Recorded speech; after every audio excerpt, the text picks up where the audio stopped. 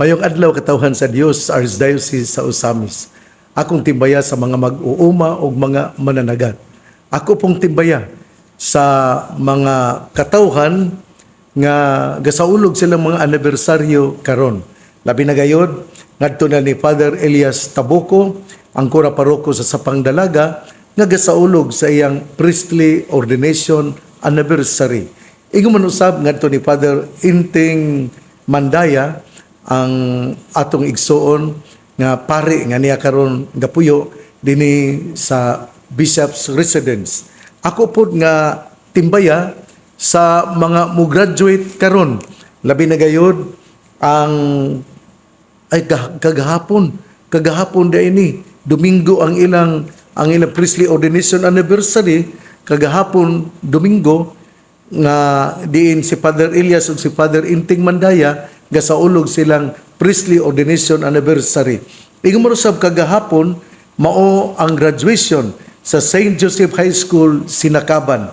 O karong adlaw ang graduation pagahimuon dito sa Our Lady of Mount Carmel High School sa Baliangaw nga inig kahapon adto sa Holy Rosary Academy sa Pangdalaga. Kagahapon St. Joseph High School Sinakaban, ang atong principal mao si Sir Oliver Glenn Duhenio ug ang atong school director mao si Father Darrell Rosales. Inabangan usab ni Father Banet Cañete dinha sa Sinakaban, dinha sa St. Joseph High School Sinakaban, Misamis Occidental. Ug ang ato nga principal dinha sa Mount Carmel High School Baliangaw mao si Sir Maiko Jangka ug ang ilang school director mao si Father Edgardo Ponce. O ginausab sa Pangdalaga ang graduation karong hapon, ang ilang principal mao si Sir Dexter Obradas ug ang ilang school director mao si Father Elias Tabuco. Ugma ang graduation Martes adto kita sa Calamba, sa Sacred Heart College of Calamba sa buntag, sa Senior High School. Ingon man usab sa hapon sa St. Patrick High School, Bato, Plaridel.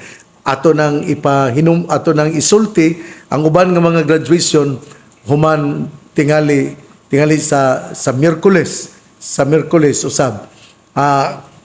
Sa Miyerkules ato na lang ning isulti. Sa Miyerkules ang graduation sa buntag pagahimuon ngadto sa St. Francis School of Lopisaina, din ang ilang principal si Ma'am Eleonora Digamon o ang ilang school director si Father Roger Taguran, o sa hapon sa St. Nicholas High School Plaridel din ang ilang principal mao si Ma'am Bebet Coca o ang ila nga school director si Father Roger Taguran.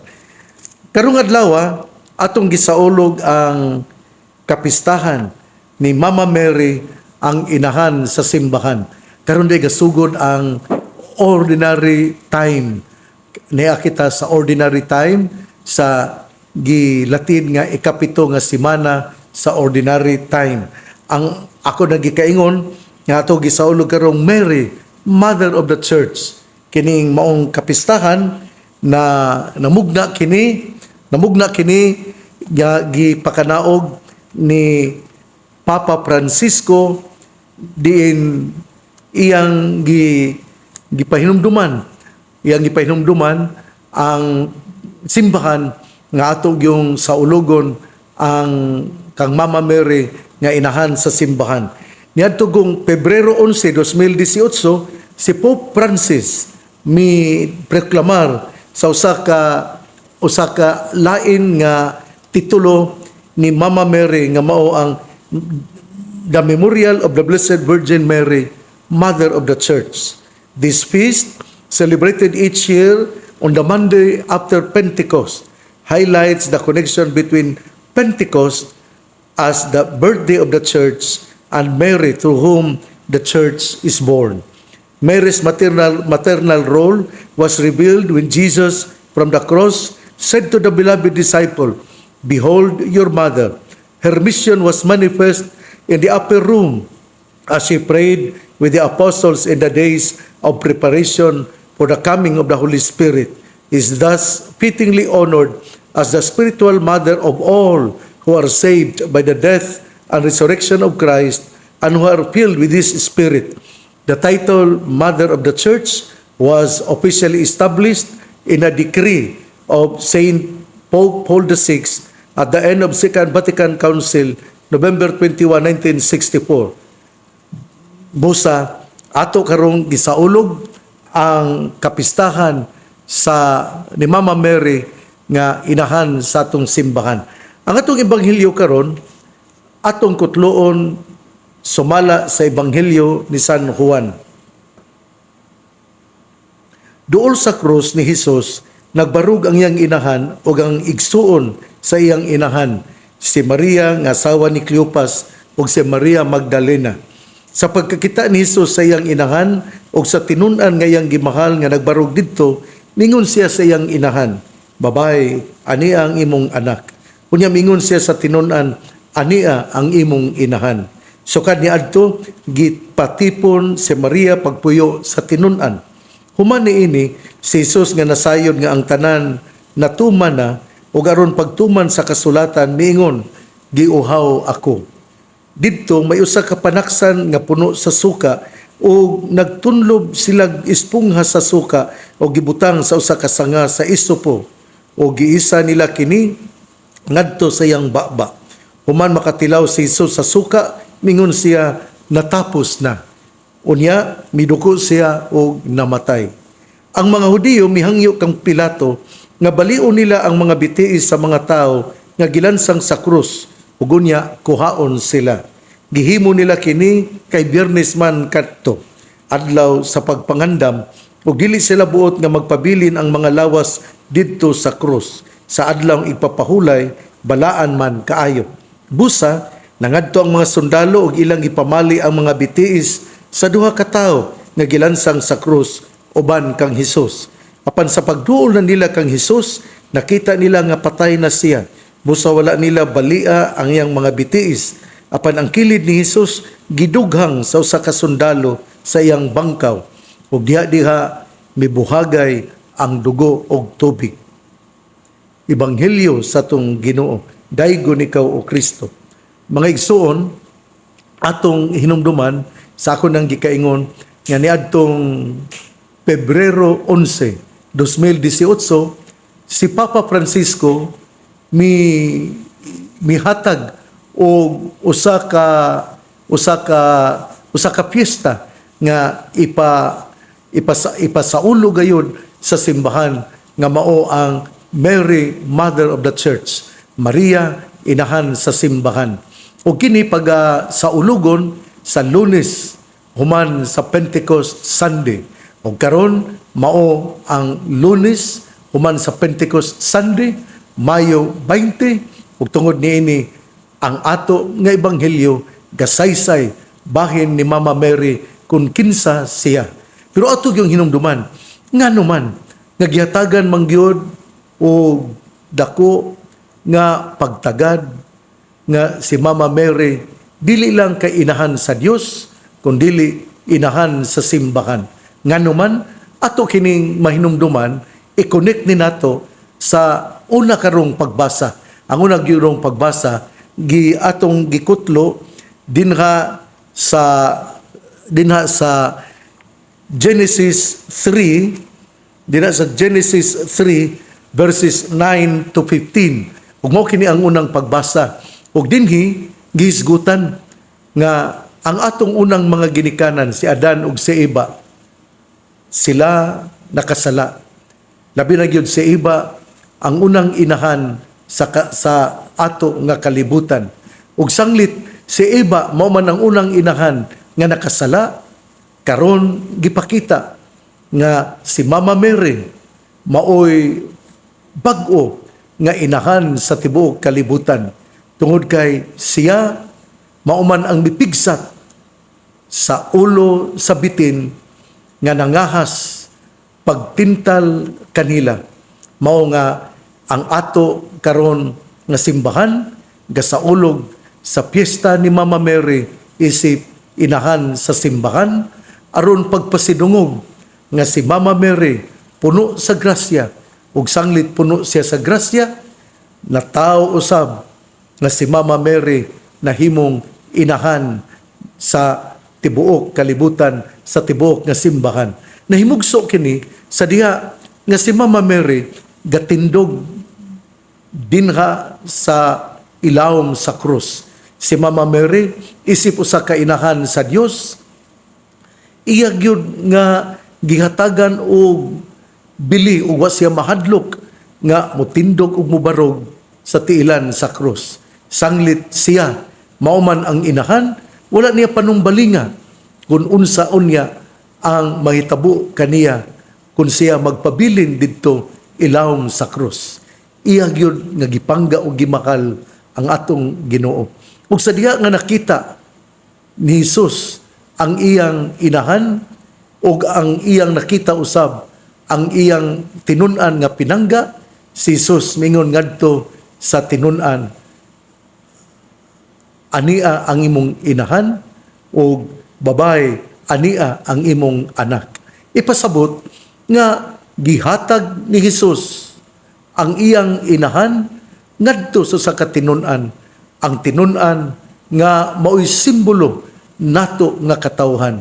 Tungod niini ang tinun-an nahimong anak ug sanglit siya man ang simbolo sa katawhan ug siya nahimong anak, kita usab mao ang mga anak ni Mama Mary.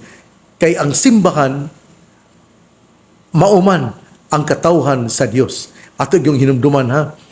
Unsa man ang simbahan katawhan sa Dios. O ang lugar diin kita magsimba mao ang simbahanan. Ato gining giklaro nga ang simbahan katawhan sa Dios ug si Juan ang beloved disciple mao ang misimbolo kanatong tanan ug tungod niya na gitugyan ni Jesus ang iyang inahan ngadto ni San Juan ang iyang pinangga nga disipulo ug diha sanglit siya simbolo man sa mga sumusunod mga disipulo nga kita mao ang simbahan, nahimo kita nga mga anak ni Mama Mary. Kung ikaw anak ni Mama Mary, hinaot nga imo unta nga pamation si Mama Mary. Hinaot nga kita mutahod og morespeto ni Mama Mary. Importante kaayo nga ato siyang hatagan sa igo nga respeto. Importante kaayo nga kita muhatag kaniya sa respeto nga angayan sa usa ka inahan. Usbon ako alang sa mga dili mutuo ni Mama Mary, siya among girespetuhan dili tungod kay siya among gihimo nga Dios. Si Mama Mary has not substituted our Lord Jesus Christ, the Lord and Savior of all mankind. Mama Mary is the mother of the church, the mother of our Lord and Savior Jesus Christ, and as such, as a mother, we respect her and give our love and respect to her. Muna nga, alang sa mga laing tinuhuan, kung kamo kuno anak ni Jesus, kung kamo kuno si Jesus, anak ni Mama Mary, unya, nakadungog si Jesus, nga inyo siyang yamaan, gisultian ug dautan, nga inyong panamas-tamasan. Kung ikaw si Jesus nga nakadungog ni ini, malipay ka kaha? Kung nahigugma ka ni Jesus, nga atong ginuog manluluwas, imo sang higugmaon ang iyang inahan nga si Mama Mary. Dili nimo panamas-tamasan, dili nimo sultian og dautan nga mga pulong, dili nimo siya yubiton, kay si Mama Mary mauman ang inahan ni Jesus, inahan natong tanan, ug importante kaayo nga ato siyang hatagan sa respeto. Moari kita sa ato nga ebanghelyo. Dinhi miingon nga sukad niadto sa dihang gitugyan ni Jesus si Mama Mary ngadto sa tinun-an, siya mitipon pagpuyo sa mga tinun-an. Human niini si Jesus nga nasayod nga ang tanan natuman na, o garon pagtuman sa kasulatan, mingon, giuhaw ako. Ang atong Ginoo giuhaw, labi na gayod sa mga wala mo tuo, kang Mama Mary, nga iyang inahan, nga wala mo respeto sa iyang inahan. Giuhaw ang atong Ginoo, tungod kay atong gihikawan siya. Samara nga atong gihikawan kung kita muhikaw sa pagtahod o pagrespeto ni Mama Mary. Giuhaw ang atong Ginoo tungod kay ikaw nga namati nako karon. Wala ka kaayoy respeto, pagigugma o paghatag o igo nga gugma ngadto kang Mama Mary. Mao na nga giuhaw ang atong Ginoo aron ikaw kasultian niya nga imo gyung hatagan sa respeto o gugma ang iyang inahan. Kanang pundok nga mudaot ni Mama Mary, dili gyud kini hatagan o dako nga dili gyud malipay ang pundok, dili gyud makalipay sa atong Ginoo si Kristo tungod kay giyama-yamaan o gibinuangan ang iyang inahan.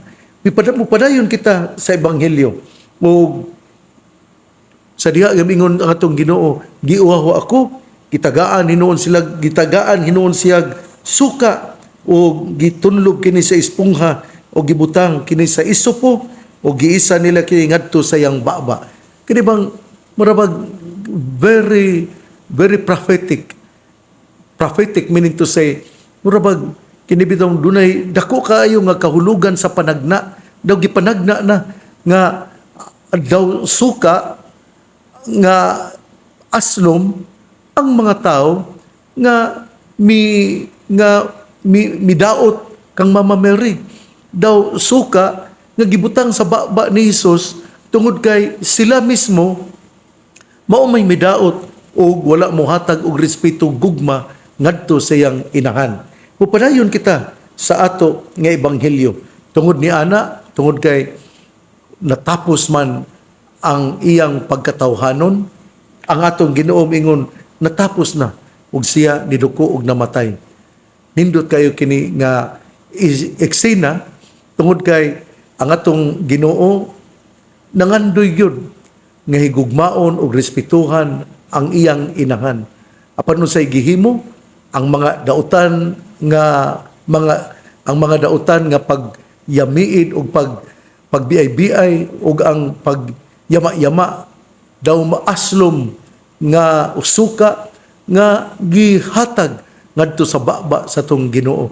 Ug tungod nini wala makaantos si Hesus sa iyang pagkatawhanon, namatay siya. Hinaot nga ikaw nga nakadungog kanako, bisan dili ikaw Katoliko, hinaot nga ikaw mahibalo nga ato yung respetuhan ang atong inahan. Kung ikaw nahigugma sa imong inahan, kung ikaw dunay respeto sa imong inahan, imo yung panggaon ang imong mama. Mausab kini ang gihangyo sa atong Ginoo nga si Hesus. Siya nagpangga sa iyang inahan. O kung nagpangga siya sa iyang inahan, kita usab nga mituo og misunod kaniya, ato usab nga panggaon, respetuhan ang iyang inahan nga si Mama Mary. Ginoo, sa ato nga pagkasulti, karon ang atong kasaulugan gapahinumdum gayon kanato nga ato gayon nga hatagan sa igo nga respeto ug pagmahal si Mama Mary. Ug tungod niini siya giproklamar, siya giatagan og dakong dungog ug atong gisaulog ang kapistahan karon ni Mama Mary, Mother of the Church, inahan sa simbahan. Kitang tanan sa akon ang gikasulti, ang simbahan mao ang katawhan sa Dios. Hinaot nga kita mo ilaog mo respeto na si Mama Mary, inahan sa simbahan. Igsuon ang mayong balita nga mong pulong ni Hesus, ang ayang pamation, pamalandungan ug paningkamutan nga mapuy-an. Mulahan ang tawo nga namati sa pulong sa Ginoo, sama si sa kahoy nga gitanom, daplin sa usa ka sapa, kansang dahon dili gayud malaya. Tempo sa timbunga siya mamunga. Igsuon ugma na usab. Karon di ay Miyerkules, mao di ay ang kasal nila ni Joshua Marie and Johannes duhay lungsod, o ang ilang kasal sa Miyerkules, Mayo 23, sa Huwebes, Mayo 24 ang ilang kasal ni Joshua Marie o ni Johanna duhay lungsod. Ang ilang kasal karong Huwebes pagahimuon ngadto sa Lahug Centuries of the Child Jesus, Lahug, Cebu City, o kini si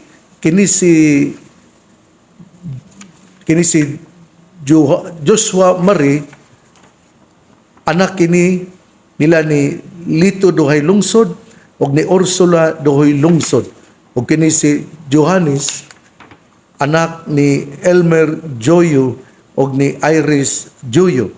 Hinaot nga sila imong atong iampo, o hinaot nga atong ipadayon ang atong pag-ampo sa tanan nga mga asawag bana sanglit ato man pod nga gisaulog karon ang pagkainahan ni Mama Mary, inahan sa simbahan. Ang mayong balita ang mga pulong ni Jesus, ang ayang pamation, pamalandungan ug paningkamutan nga mapuy-an. Bulahan ang tao nga namati sa pulong sa Ginoo, sama si sa kahoy nga gitanom, daplin sa usa ka sapa, kansang dahon dili gayud malaya. Tempo sa timbunga siya mamunga, igsuon ugma na usab. Ako di ay greetings, birthday greetings ngadto ni Councilor Saulo Salvador nga nining adlaw, adlawng Lunes, Mayo 20, gasaulog sa iyang birthday ngadto usab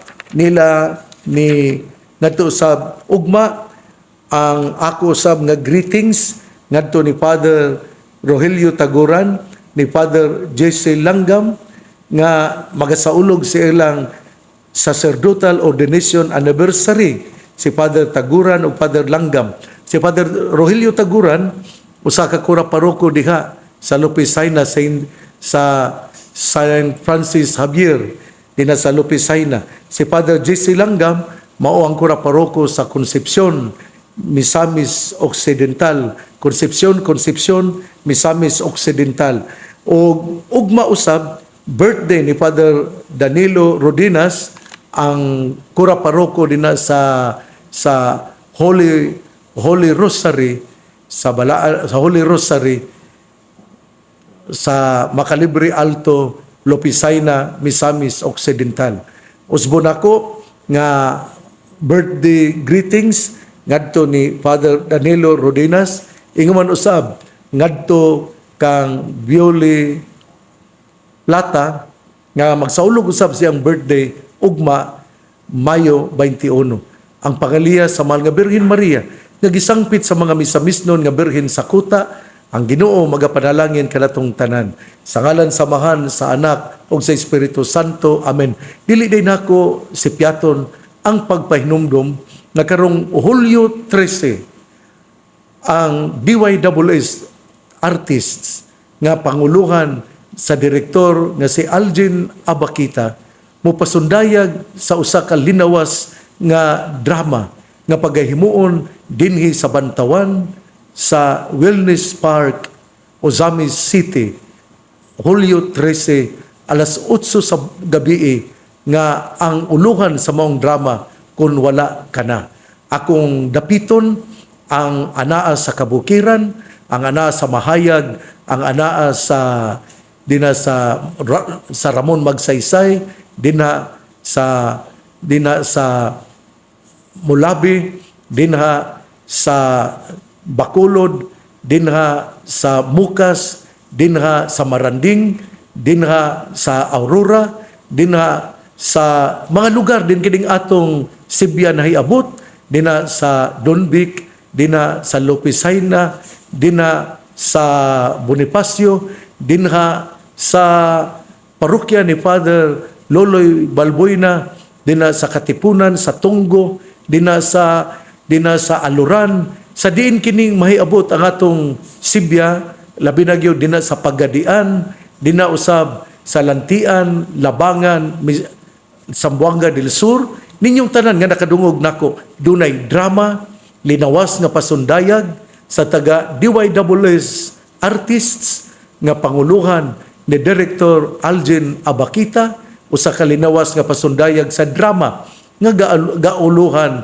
kun wala ka na, nga sinulat ni Melvin Leson sa nga taga Sugbo.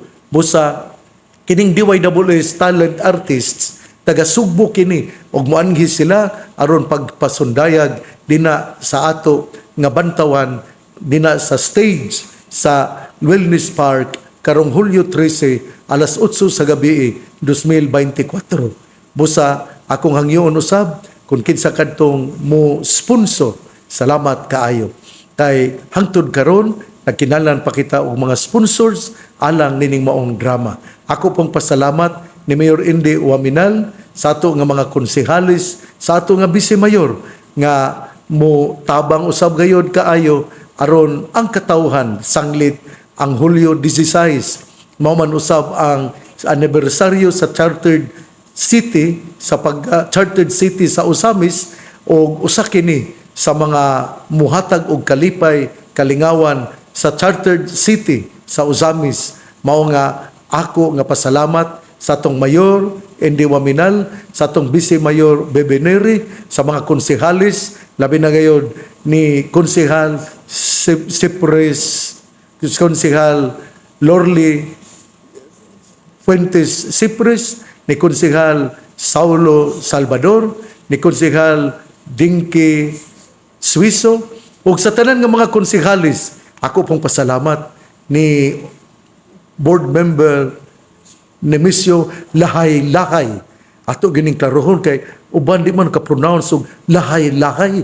Mao na nga akong pasalamat og ako nga congratulations ngadto sa ato nga mga sponsors. Salamat kaayo sa ato nga drama karong Hulyo 13 2024 alas 8 sa buntag ngang taga Sugbo DYWS moari gayod dinhi sa Dakbayan sa Usamis.